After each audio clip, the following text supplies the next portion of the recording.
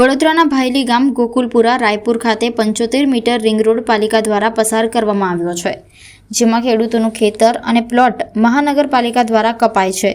ત્યારે આજે ખેડૂતો અને પૂર્વ સરપંચ દ્વારા વિરોધ પ્રદર્શન કરવામાં આવ્યું હતું। સાથે જણાવ્યું હતું, અમને ફાઇનલ પ્લોટનું પોઝિશન આપવામાં નહીં આવે તો આગામી સમયમાં લોકસભાની ચૂંટણીનો બહિષ્કાર કરવાની ચીમકી આપવામાં આવી હતી। અગ્રણીએ જણાવ્યું હતું કે વારંવાર રજૂઆત કરવા છતાં પણ નિર્ણય લેવાયો ન હતો, તેથી આજે કોર્પોરેશન વિરુદ્ધ વિરોધ પ્રદર્શન કરવામાં આવ્યું હતું અને જરૂર પડશે તો અમે હાઈકોર્ટ સુધી જઈશું।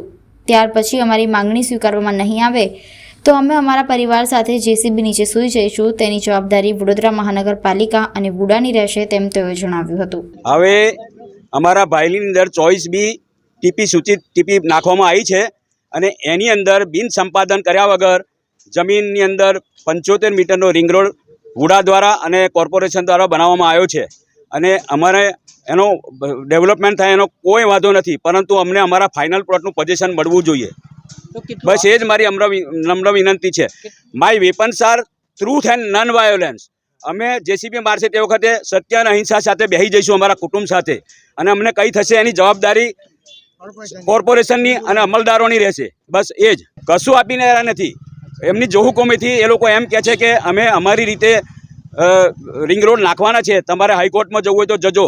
આની રજૂઆત અમને 6 દિવસ પહેલો અમે કમિશનર દિલીપ રાણાને કરી છે। દિલીપ રાણાએ અમને અમારી વિરુદ્ધનો જવાબ આપ્યો છે।